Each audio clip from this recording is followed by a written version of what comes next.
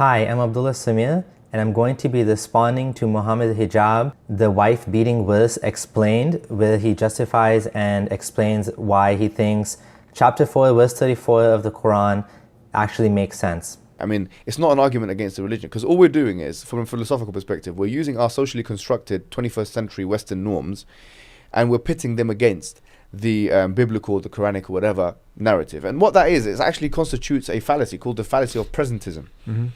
The fallacy of presentism is using present ideas of the 21st century narrative to try and actually disprove other things which are moral based. Well, that's actually anachronistic. In other words, you're using a present idea to superimpose it on a, let's say, a previous society or whatever it is. Well, that doesn't show that your idea is true and their idea is false. It just shows that you have a value judgment, a subjective aesthetic value judgment, which happens to differ from that which existed beforehand. But I thought the Quran is a document for all times that teaches us how to live our lives all the way from the 7th century until now. This is not the fallacy of presentism unless you're saying the Quran is only for the 7th century. And then in that case, I would agree. If you're saying the Quran is for the 7th century, then we can't argue against it in terms of today's values. But if you're saying it's a document for all times, then yes, definitely we can argue against it. Anyway, I mean, a lot of these things are misconceptions. Like you were mentioning the verse in the Quran about beating and these things. And just to kind of quickly summarize this verse, it's really interesting because this verse starts off by saying, it's chapter 4 verse 34, it says, وَإِنْ خِفْتُمْ نُشُوزُهُنَّ فَعِذُوهُنَّ وَهْجُرُوهُنَّ فِي الْمَضَاجِعِ وَاضْرِبُوهُنَّ. So وَإِنْ أَطَعْنَكُمْ فَلَا تَبَغُوا عَلَيْهِنَّ سَبِيلًا. Allah subhanahu wa ta'ala says, if you fear their nushuz, i.e. your wives, nushuz is rebellion, and it can take different forms. Now, the first thing I would say to someone who's asking this question is as follows, really. I mean, I would say to someone, let's say for example, who is, I'm not going to say a feminist, or someone who believes in women's rights, anyone. I'm not sure who these people are who you are saying who believe in women's rights. I thought all of us believe in women's rights. It sounds like he's implying that it's only feminists that believe in women's rights. Notice how he keeps mentioning the word feminist. This is not the case. All of us believe in women's rights, in children's rights, in humans' rights, the right to determinism, the right to freedom, the right to not be discriminated against, the right to live your life, the right to not be beaten or abused. Right? Say to them, do you believe that in all cases, a man, a husband, can never touch a woman against her will? In all cases, absolutely all cases. She might say, yeah, I don't believe in any case it's justified for a woman to touch her husband against his will. Her husband to touch her wife against her will in any physical way. So I'll say, okay, fine. What if she's killing the child or endangering the child's health in a dramatic way? And by the way, this is not an anomalous example, because if you find the NSPCC, which is a British charity which deals with children's health and things like that, it actually reported that the majority of fatalities or deaths of children are from women, not because the women are worse than men or more evil than men, or as the Bible indicates in Genesis, but it's actually because women have more interaction time with their children. Generally speaking, as mothers have more interaction time with their children. So this is actually a real case study. If we see a mother, because we're here looking at the philosophical or epistemological roots, if you see a mother, if a husband sees his wife abusing the child, is he allowed to intervene and physically touch a woman against her will? Yeah, the feminists will turn around and say, yeah, probably. We're not objecting to that. Say, fine. So now we have to understand that we've broken the original thing that we've said, because originally we said that absolutely no, there is no case in which a man can touch a woman against her will. So, but then the woman will say, okay, well, but that's an exceptional circumstance. We say, all right. So you're saying in certain exceptional circumstances, husbands can touch a woman physically against her will. That's very interesting. Say if she's hitting him, she's attacking him in a violent way which could cause harm, because women, despite popular stereotypical understanding, might be weaker than men physically, but they're not completely incapable of hurting a man. So say for example she grabs a weapon, or she physically tries to attack him, is he allowed to defend himself and physically touch her against her will in that context?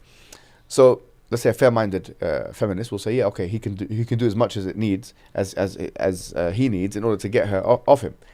So I would say that if that is the case, then we've agreed already.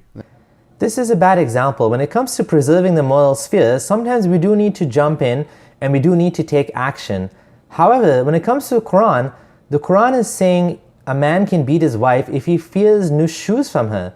But she's not harming anyone by doing nushuz. Why does she need to be beaten? How does this justify, just for rebellion, beating your wife? This is not a good analogy at all. She's not endangering your life. She's not hurting you. She's not threatening you in any way. You simply fear nushuz and you beat her.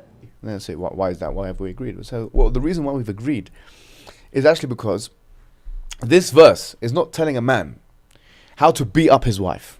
It's not.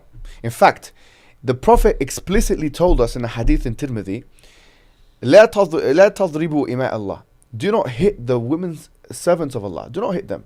So if anyone says, okay, well, Islam's normative position is to go and hit the wives to discipline them or something, this is against the Quranic and Islamic or hadith narrative. To me, it sounds like the two primary sources of Islam just contradicted themselves. The Quran says, in no unclear terms, if you fear nushuz from your wife, you can beat her. Then in a hadith recorded and narrated some 200 years later, Muhammad is recorded to have said, don't beat your wives. Does that not sound like a contradiction to you? This verse is not telling a man how to hit or beat up his wife. This is telling how a man or a husband how to defend himself against his wife. Wait, what? Defend himself? This rule is for him to defend himself? Wow, that's epic trolling. Saying that, a verse in the Quran that allows you to beat your wife is actually the man defending himself. That's too funny. Because the thing is, the nature of man is that a man is prone to, in a more biological, predetermined way, to a kind of aggressive behavior.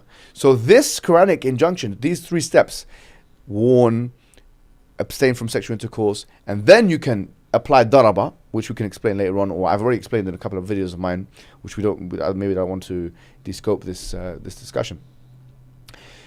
Then you can do this, right? So someone might argue then, how comes it's not mentioned, this word is not mentioned in relation to women? I would say actually it is mentioned in relation to women, the same word. In chapter 4, I think verse 28, 126 or 128, it says, وإن امرأة خافت من بعلها نشوزا أو إعراضا فلا جناح عليهما أن يصلح بينهما صلحا وصلح خير. It says that if a woman fears from her husband nushuz or i'rad. I'rad means being neglected. So there's 2 things. Whereas in the verse in 434, there's only one thing that was mentioned, which was nushuz, which was rebellion. Here there are 2 things that are mentioned. Then she can start a reconciliation with her husband. Yes, in both cases it should be reconciliation. Please scratch out chapter 4, verse 34 from the Quran. And she actually has a right at any point to go to a qadi. She has a right to or a judge.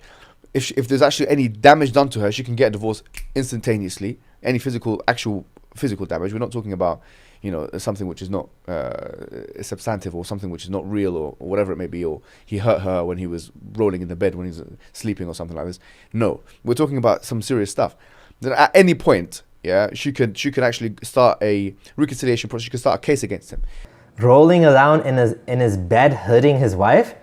Yo, I don't know what kind of rolling around is going around in your bed, but I never hurt my wife by rolling around. It's good to know she can start the case against him. The first question the Sheikh will ask is, was he just rolling around in the bed, or did he actually hurt you? Kidding aside, see how she has to go and petition a male qadi, a judge, in order to get a divorce, but a man can simply utter talaq, wait 90 days, and then she is divorced? Or in the other case where he had already uttered talaq in 2 separate instances. For example, maybe a month ago they had a fight and he divorced her and then he made up with her. And maybe before that, a year before that, he had said talaq or divorce and they had made up. So he has already divorced her twice now. The 3rd time he says talaq, to his own detriment as well, it's considered permanently and finally divorced, and there's nothing he can do about it. And nothing she can do about it. But in her case, she has to go and ask a judge. Does that seem fair to you? If she initiates a divorce, sometimes she has to give the money back, and it's called khulla. The question will be made now, so why is it the case that with a man is mentioned, daraba is mentioned, which is a kind of physical recourse, and it's not mentioned with a woman? The answer is because men are physically more prone to violence, and so there needed to be some kind of refining or a cap put on what a man's normative or default position would otherwise be anyways.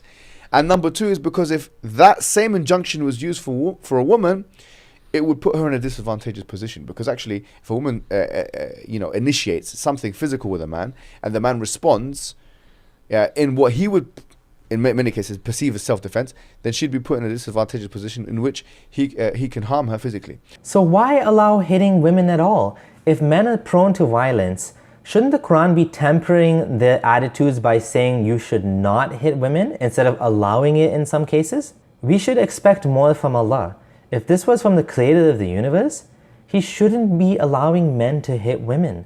Violence is not acceptable or justified. Because the Quran, the hadith says of the Prophet, إِنَّمَا النِّسَاءُ شَقَائِقُ الرِّجَالِ, that certainly men are equal to women. By the way, the scholars say that this means equal. It means that they're twins or whatever, but also means equal. إِنَّمَا النِّسَاءُ شَقَائِقُ الرِّجَالِ. Generally speaking, we believe in the general equality. But there are certain situations, where we believe that actually a man has a certain right over a woman, and a woman sometimes has a certain right over a man, like in the custody of children, like as mothers, she's 3 times more important than the man, like in mahr, which is a dowry, like in many cases in divorce, she can preoccupy the house he lives in for 3 months. It's his house, but she has to stay there. There's so many things we can actually list that a woman has a right over a man in, and the opposite is also true in Islam. So there are some exceptional circumstances. All in all, Orthodox Islam greatly disadvantages women. Check out my article, Divorce in Islam, for a detailed analysis of how unfair and how one-sided Islamic law is in this matter. For example, the Quran allows a man to simply say talaq and wait 90 days and then the woman is divorced. And by the way, this is not even against Western society, because frankly, Western civilization has made exceptions for women in certain things: maternity leave, the army. There's been so many drafts for men to go to the army. There's no all-women draft in the history of America, really, but there's been all-women armies. So there's so many things here we can say. But the point is, in a nutshell, a lot of these misconceptions is because they're approaching the Quran with their lenses, right? And if they want to have a genuine understanding of the Quran, they have to understand the Quran from what it's telling us rather than what we're trying to superimpose on it. I believe Western civilization should be about equal rights for both men and women. Both should have the rights to divorce, both should have the rights to inherit. Both of them should have equal rights not to be beaten, not to be abused. The laws of Islam were born in a time and place where they may have made some sense, but in today's world, they definitely do not. The Quran is not the word of God. It does not show you the best way to treat your wives or the best way to live as a human being. It is the words of Muhammad. Thanks for watching. Please check out my blog at abdullahsamir.com. Please subscribe to be notified for the next video that's coming out. And stay tuned, keep in touch, leave a comment, let me know what you think. Take care, bye.